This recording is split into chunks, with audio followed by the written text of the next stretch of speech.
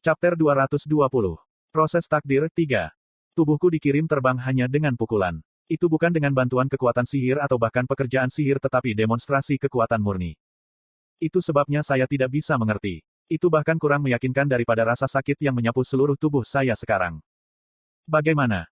Selama pertemuan pertamaku dengannya, aku belajar bahwa membiarkan penjagaku menjadi tindakan arogansi. Jadi saya menyelidikinya secara menyeluruh. Dari apa yang diketahui tentang dia dan dari apa yang saya lihat dengan mata kepala sendiri, dia hanya penembak jitu. Dari dia, saya tidak bisa merasakan kekuatan sihir yang membedakan seorang master dari pemula, dan sepertinya dia tidak secara konsisten mempraktikkan teknik tertentu juga. Petik 1. Seharusnya begitu, jadi apa-apaan ini? Petik 1. Saya pikir begitu pada saat yang singkat tekanan dari pukulan itu menghancurkan armorku dan tubuhku terbang ke udara. Tetapi pikiran itu pun tidak bisa bertahan lama. Dari awan tebal tanah dan debu, wajahnya muncul. Dia mengejar tubuhku dalam pelarian. Petik 2. Aku bilang terakhir kali. Tangan besar dan kasar mencengkeram wajahku. Dia menghentikan tubuhku. Saya melihatnya melalui celah di antara jari-jarinya. Tatapan sedingin esnya menjadi beban berat yang sangat membebani pikiran dan tubuhku. Segera, bisikan pelan terdengar di telingaku. Bahwa aku akan membunuhmu jika aku melihatmu. Suaranya memenuhi kepalaku. Saya merasa seolah-olah kepala saya di genggamannya akan pecah. Saya mencoba mengangkat tangan dan melawannya tetapi tubuh saya tidak mau bergerak. Itu akan sama di dalam dan di luar menara. Bibirnya melengkung membentuk senyum dingin, dan hatiku berhenti sejenak ketika tekanan yang dia berikan padaku menurun ke bawah. Mengapa kamu tidak mendengarkan? Segera, saya jatuh ke tanah. Seluruh tubuh saya diliputi oleh rasa sakit yang luar biasa, tetapi ini hanyalah awal dari rasa sakit luar biasa yang terbentang di depan. Teknik bertarungnya tidak memiliki individualitas maupun fundamental. Dia menarikku keluar dari tanah dan membantingku ke tanah di sisi yang berlawanan. Lalu dia menarik saya keluar lagi dan melemparkan saya ke sisi lain. Persis seperti itu, aku berayun seperti beban di pendulum sampai tubuhku terlempar ke udara. Kali ini, tendangannya mendarat pada saya. Koong! Tulang rusuk saya hancur, dan, pada saat yang sama, saya dikirim terbang di udara. Tapi kemudian dia mengejar saya sebelum kecepatan saya turun dan meninju saya ke arah yang berlawanan. Tetapi saya tidak menyerah untuk melawan bahkan ketika saya dipermainkan. Saya membentuk penghalang dengan kekuatan sihir dan menembakkan senjata kekuatan sihir ke arahnya. Namun, pemandangan yang sulit dipercaya terbuka. Kekuatan sihirku hancur saat kontak dengannya. Tidak ada memar atau goresan pun muncul di tubuhnya. Secara alami, pemukulannya berlanjut tanpa henti. Sakit, sakit lagi, terus sakit, dan terus sakit sampai akhirnya. Aku mengepalkan gigiku. Kenapa aku harus dipukuli seperti ini? Ketika pikiran itu terlintas di benak saya, amarah dan rasa sakit yang mendidih muncul keluar. Allah, sialan. Saya berteriak sambil berdiri. Raungan besar menyebar ke segala arah. Raunganku menghentikannya, tetapi kekuatan sihir di tubuhku menolak untuk bergerak. Ketika tubuh rusak melebihi tingkat tertentu, kekuatan sihir fokus sepenuhnya pada pemulihan. Dengan kata lain, tubuh saya terlalu rusak untuk terus berjuang. Gedebuk. Diagnosis saya tidak salah, dan saya dengan cepat kehilangan kekuatan untuk tetap berdiri. Dia mulai mendekati saya. Ketuk, ketuk. Aku bisa mendengar langkah kakinya. Saya mencoba bergerak tetapi berakhir dengan sia-sia. Apakah ada sesuatu yang terjadi pada kepala saya dari semua pemukulan itu? Tiba-tiba, saya memiliki pikiran yang buruk. Aku takut. Apakah saya akan mati? Mati, seperti ini, tanpa hasil. Saya pikir saya akan acuh tak acuh bahkan dalam menghadapi kematian. Tidak. Saya tidak bisa mati di sini. Tidak sekarang. Tidak seperti ini.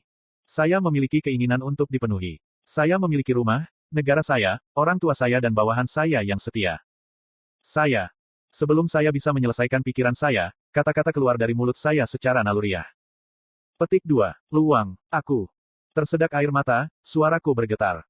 Lalu, dia berhenti. Saya hanya bisa melihat kakinya sekarang. Haruskah saya mengatakan saya senang bahwa saya tidak bisa melihat wajahnya? Aku mati-matian mengulurkan tangan dan meletakkannya di atas sepatunya. Petik 2. Keheningan yang menakjubkan turun. Di dalamnya, saya memegang kesadaran pingsan saya. Kemudian, saya mengucapkan kata-kata keras yang tidak pernah saya bayangkan akan keluar dari mulut saya. Maafkan saya. Dengan otakku yang rusak ini, tidak ada yang perlu malu. Hanya satu pikiran yang memenuhi pikiranku. Aku ingin hidup. Saya harus hidup. Pikiran yang pertama kali terlintas di pikiranku ketika serangan Jin Sahyuk menghancurkan tubuhku adalah sederhana. Haruskah saya menggunakan time reversal? Tapi aku mengabaikannya sebelum tubuhku menyentuh tanah. Efek samping dari menggunakan time reversal terlalu besar. Bahkan jika saya menggunakannya, jika saya tidak bisa menghabisinya dalam 3 menit, saya kemungkinan besar akan selesai. Tentu saja, Saya memiliki pilihan untuk mengaktifkan takdir segera setelah saya menggunakan time reversal, tetapi saya percaya ada kemungkinan lebih besar bahwa saya akan segera mati karena serangan jantung. Efek samping dari pembalikan waktu 3 menit tidak secara khusus diuraikan. Tapi saya tahu itu membuat saya merasa seperti jantung saya terjepit, dan itu menyebabkan semua statistik saya berkurang 3-4 poin selama sehari. Jadi asumsi saya bahwa efek samping serupa akan ada untuk takdir beralasan. Dalam semua kemungkinan, nasib dan pembalikan waktu dirancang sehingga mereka tidak dapat digunakan secara berurutan. Karena itu, saya mengaktifkan takdir sebelum ada lagi pukulan yang menghantam saya. Karena saya telah menetapkan Jin Sahyuk sebagai target takdir saya selama matahari terbit di Prestige, statistik saya diperkuat oleh 300%. Segera setelah saya mengaktifkan takdir, jumlah kekuatan yang benar-benar tidak masuk akal terwujud dalam tubuh saya. Seketika, semua fenomena dunia melambat. Di dalamnya, saya hanya punya satu lawan. Petik 2. Ini akan menjadi pertarungan jarak dekat pertamaku. Aku berlari menuju Jin Sahyuk. Tubuh saya, asyik dalam kegembiraan, bergerak sendiri. Mungkin itu hanya bermanuver seperti yang disuruh Aether. Saya mengirimnya terbang dengan pukulan, kemudian mengejarnya dan meraih wajahnya sebelum tubuhnya bahkan bisa menyentuh tanah. Koang. Lalu, aku membanting tubuhnya ke tanah. Koang. Saya menariknya keluar dan kemudian melemparkannya lagi. Koang. Aku menariknya keluar sekali lagi dan terus menghancurkannya bolak-balik. Seperti yang saya katakan, ini adalah pertama kalinya saya dalam pertempuran jarak dekat, jadi saya mungkin secara tidak sadar meniru Hulk yang saya tonton di film. Setelah itu, aku pingsan sesaat. Allah, sialan. Raungan tiba-tiba membangunkan saya. Aku berdiri diam dan menatapnya. Dia memelototiku dengan mata setengah terbuka, lalu jatuh ke tanah dengan bunyi gedebuk. Hasil pertempuran diputuskan dalam waktu yang sangat singkat. Saya mendekati Jin Sahyuk, yang tidak sadar dan berbaring di tanah. Tubuhnya yang kokoh memang rusak dan agak terdistorsi tetapi masih berfungsi. Bahkan, penyembuhannya lambat. Sudah waktunya untuk membunuhnya. Tetapi pada saat itu, kata-kata yang tidak pernah kudengar keluar dari mulutnya. Petik 2. Luang, aku. Petik 2. Kakiku berhenti tanpa aku sadari. Saya menatap Jin Sahyuk. Apa yang baru saja dia katakan? Apakah saya mendengar sesuatu? Maafkan saya. Tapi kali ini, kata-kata yang kudengar lebih jelas dan lebih konyol dari sebelumnya. Gusbam terangkat ke seluruh tubuhku. Saya tidak tahu apa yang dia katakan, jadi saya memutuskan untuk pura-pura tidak mendengar apapun. Dia lebih baik mati. Saya mengulurkan tangan tetapi berhenti. Tangan yang berlumuran darah memasuki penglihatanku. Mekanisme pertahanan bawah sadar saya adalah apa yang menghentikan saya.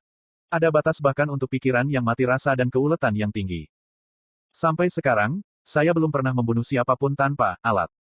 Jadi saya membutuhkan alat sekarang. Aku mencoba mengeluarkan Desert Eagle dari sakuku. Membekukan. Pada titik ini, 3 menit telah berlalu dan takdir telah kehilangan efeknya. Saya merasakan gelombang kekuatan sihir yang datang dengan banyak kehadiran. Aku menatap penghalang yang tiba-tiba muncul. Ini adalah satuan tugas khusus Asosiasi Pahlawan. Letakkan senjatamu. Petik 2. Apa?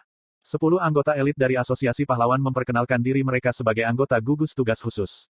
Mereka mengarahkan pedang dan tombak mereka ke arahku dan mengangkat kekuatan sihir mereka. Kalian, bergeraklah sedikit.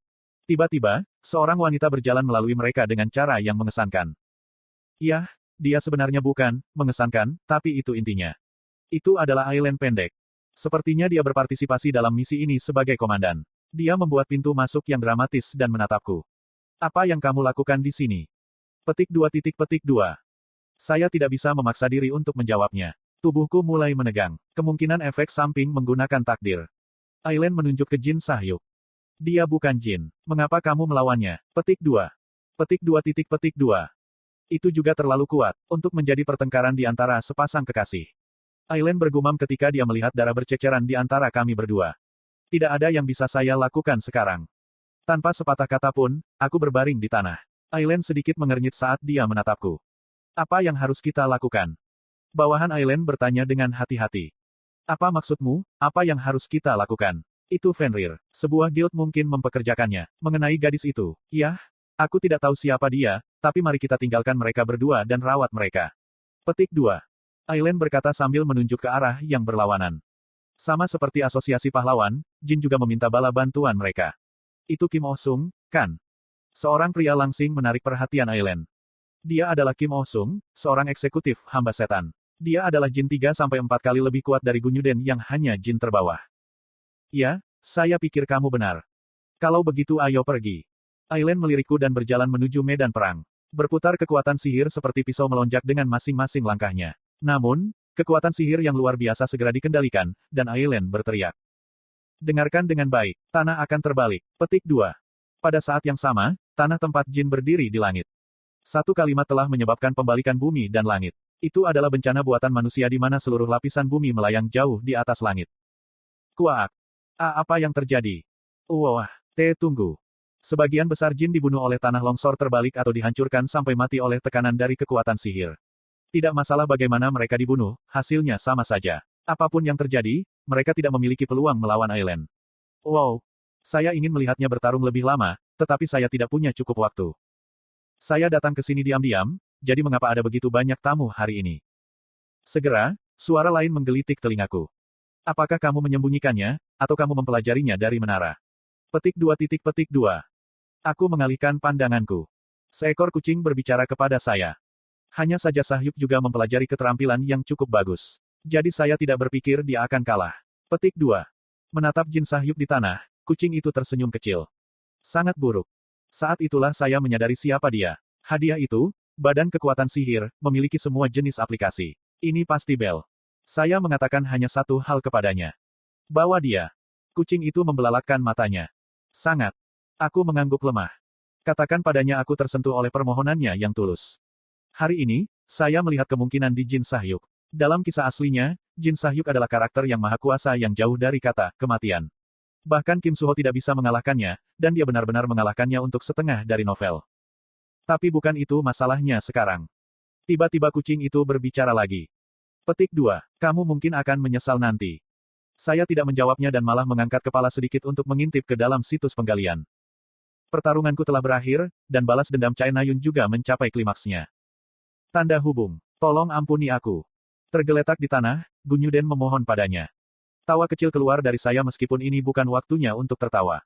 Untuk beberapa alasan, dia berada dalam situasi yang sama dengan saya. Petik 2. Tolong lepaskan aku. PF.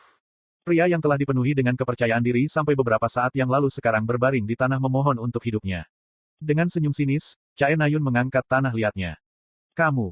Chae Nayun melanjutkan dengan wajah tegas. Gunyuden mempelajari clay-nya lebih lanjut. Senjata mengerikan itu masih mengamuk dengan kekuatan sihir. Tetapi pedang panjang yang dia kira akan menembus jantungnya kembali ke sarung di punggung Chae Nayun. Kamu pikir aku menyukaimu? Apa? Chae Nayun mengambil sesuatu dari sakunya. Mereka terlihat tidak berbeda dari borgol biasa, tetapi mereka adalah benda yang bisa menekan kekuatan sihir. Dia meletakkannya di pergelangan tangan Gunyuden dan Yudoren. Aku akan memotong inti sihirmu dan menginterogasi kamu secara menyeluruh. Saya juga akan mengunci Anda di penjara jin sehingga Anda tidak akan bisa bunuh diri. Petik 2. Petik 2. Kamu tidak akan bisa mati bahkan jika kamu mau, kamu bajingan. Chae Nayun memandang Gunyuden lurus di matanya dan mendesis. Sangat. Ya, Anda bisa menantikannya. Saya ingin Anda menumpahkan kacang tentang klien Anda itu. Petik 2. Pukulan keras. Dia memukul kepala Gunyuden dengan sarungnya. Gunyuden, yang kekuatan sihirnya sekarang disegel, dengan mudah pingsan, dan Chae Nayun berdiri kembali dengan goyah. Pusing tiba-tiba menyusulnya. Dunia berputar dan visinya terbalik. Wow. Seseorang menangkapnya saat dia jatuh. Chae Nayun mendongak di tengah-tengah pusing. Pada awalnya, halusinasi samar tumpang tindih dengan sosok yang menangkapnya. Wajah di depannya tidak diragukan lagi milik Kim Ha-jin. Dia menatapnya dengan ekspresi tanpa ekspresi yang dikenalnya. Kamu. Nayun, apakah kamu baik-baik saja? Petik 2. Yi Ji-yun. Tetapi halusinasi itu segera menghilang, dan wajah Kim Ha-jin menjadi wajah Yi Ji-yun. Apakah aku menjadi gila? Chae Nayun dengan cepat kembali ke akal sehatnya dan menarik dirinya kembali. Apakah kamu baik-baik saja? Saya datang ke sini secepat mungkin. Petik 2. Saya baik-baik saja. Aku sudah menangkap keduanya. Petik 2. Saat itulah Chae Nayun akhirnya memperhatikan pria di sebelah Yi Ji-yun. Meskipun, Desolate Moon, seharusnya bertanggung jawab atas lantai 4, Shin Jonghak berdiri di belakang Yi Ji-yun untuk alasan apapun. Apa? Shin Jonghak menatapnya. Tombak dan zirahnya berlumuran darah dan tanah. Sepertinya dia bertengkar. Kenapa Shin Jonghak ada di sini? Petik 2. Menghadapi pertanyaan polos Chae Nayun, Shin Jonghak terdiam beberapa saat. Dia tidak bisa memberitahunya bahwa mata-mata yang dia tanam di Essence of the Stride memberitahunya tentang situasinya. Jejak air mata di bawah matanya juga membuatnya tanpa kata. Dia tidak bisa memaksakan diri untuk mengatakan apa yang ingin dia katakan. Sebaliknya, dia menjawab dengan senyum pahit. Aku selalu di sini. Drama yang terbentang di depan mataku adalah pemandangan yang menarik tentang masa muda. Chae Na-yun mengalahkan musuhnya tetapi tidak membunuhnya, dan Shin Jong-hak mengumumkan sekali lagi bahwa ia tidak akan menyerah pada Chae Na-yun. Segera, Kim Suho akan bergabung dengan mereka juga. Kisah mereka akan terus berlanjut tanpa aku. Seperti biasa. Aku tersenyum pahit. Kim Ha-jin. Suara dingin memanggilku tiba-tiba. Aku nyaris tak bernafas saat aku berbalik. Saya sudah tahu siapa itu saat saya mendengar suara itu, dan itu memang bos. Bos jelas menunjukkan bahwa dia marah melalui kerutan di wajahnya. Ah, bos, Anda datang. Hanya itu yang harus kau katakan. Saya pikir saya sudah bilang jangan ikut. Petik 2. Petik 2. Bos menatapku, dan aku menatap bos dalam diam. Bos mengerutkan kening lebih keras ketika dia menyadari bahwa aku tidak setakut yang dia maksud. Tentu saja, dia masih tidak menakutkan. Aku melihat tangannya yang putih dan kasar di bawah jubahnya. Melihat tangan-tangan itu, tiba-tiba aku teringat cincin. Saya tidak tahu mengapa. Apakah itu karena saya baru saja melihat Chae Na-yun dan Shin Jong-hak? Saya ingat, Homer's Ring, membusuk di dalam ruang ekstradimensional stigma, masih tanpa pemilik yang tepat. Apakah aku benar-benar harus memberikan cincin itu kepada Chae Na-yun? Artefak tingkat tinggi ini bisa memperkuat kekuatan Chae Na-yun dan menyembuhkan kelemahannya, kapasitas kekuatan sihir dan kebodohan, tetapi bisakah aku benar-benar menyerahkan diriku untuk menyerahkannya padanya? Itu sama sekali tidak mustahil. Sama seperti dalam cerita aslinya, jika Chae Na-yun meminta bantuan ayahnya, Chae Shin-hyuk akan mencari artefak yang pas dan mungkin mendapatkan informasi tentang cincin Homer. Secara kebetulan, dia mungkin menemukan agensi kebenaran saya dan, sekali lagi secara kebetulan, meminta agensi kebenaran untuk keberadaan Homer's Ring. Saya kemudian bisa memberinya hadiah yang cocok untuk kebetulan seperti itu. Tapi sekarang, aku bisa melihat wajah Chae Na-yun. Hari ini, dia mencapai kemenangannya sendiri dan tidak mengakhiri balas dendamnya dengan pembunuhan. Dia bahagia. Setidaknya untuk hari ini, dia bangga pada dirinya sendiri. Jadi dia mungkin tidak akan meminta bantuan ayahnya. Terlebih lagi jika itu hanya akan berakhir dengan dia tergantung pada item. Namun, jika suatu hari Chae Na-yun benar-benar meminta hal seperti itu, apakah keinginannya untuk menjadi lebih kuat mencapai saya secara kebetulan? Petik 2. Aku bisa membuatnya sendiri untuknya. Kemungkinan besar aku satu-satunya pewaris warisan para kurcaci. Peningkatan statistik intelijen, tidak mungkin, tapi aku bisa dengan mudah mereproduksi Magic Power Amplification yang dimiliki Homer's Ring. Yang harus saya lakukan adalah mengumpulkan bahan-bahan terbaik dunia dan menghabiskan 1-2 jam kerja sehari selama sekitar 3 bulan. Membuat apa? Bos, yang masih menatapku, membentak. Aku terkekeh. Sekarang, untuk melanjutkan dari tempat kami tinggalkan, bos tidak kurang dari monster kekuatan sihir daripada Chae Na-yun. Kapasitas daya sihir Chae Na-yun adalah terbatas pada pedang, jadi bos tidak akan seefisien dia, tetapi cincin itu juga cocok untuk bos. Karena itu akan menjadi hadiahku, dia juga tidak akan menjualnya seperti yang dia lakukan di cerita aslinya. Bos, kemari sebentar. Kim Ha-jin, saya tidak bercanda, bergantung pada jawaban Anda. Aku punya sesuatu. Plus, saya ingin menenangkan bos. Petik 2, yang ingin aku berikan kepadamu. Petik 2, Bos menghela nafas panas dengan ekspresi paling masam di wajahnya tapi tetap mendekatiku. Apa? Bos berjongkok di depan saya dan bertanya. Saya memaksa sendi saya yang berderit untuk bergerak. Tutup matamu. Petik 2, kamu seharusnya tidak berada di sini selama misi. Anda bahkan tidak seharusnya berada di dekat Anda. Jain dapat memikat baik asosiasi dan jin, tetapi jika Anda di sini mereka akan curiga bahwa... Diam. Sepertinya dia tidak akan menutup matanya dalam waktu dekat, jadi saya langsung menutup mata. Kemudian, saya mencoba untuk meletakkan cincin di jarinya. Tetapi berhenti. Apakah ini oke? Agak aneh bagi saya untuk meletakkan cincin itu padanya secara langsung. Jari manis, jari telunjuk. Tidak masalah. Rasanya salah bagi saya untuk memakainya sendiri. Jadi sebagai gantinya, aku membuka tangan bos dan meletakkan cincin di telapak tangannya. Di sini, semua selesai. Apa yang? Dia tidak menyelesaikan kalimatnya. Aku tersenyum lembut dan menatap bos. Dia berdiri tegak seolah waktu berhenti hanya untuknya. Dia menatap cincin itu dengan mulut setengah terbuka, bahkan tanpa berkedip.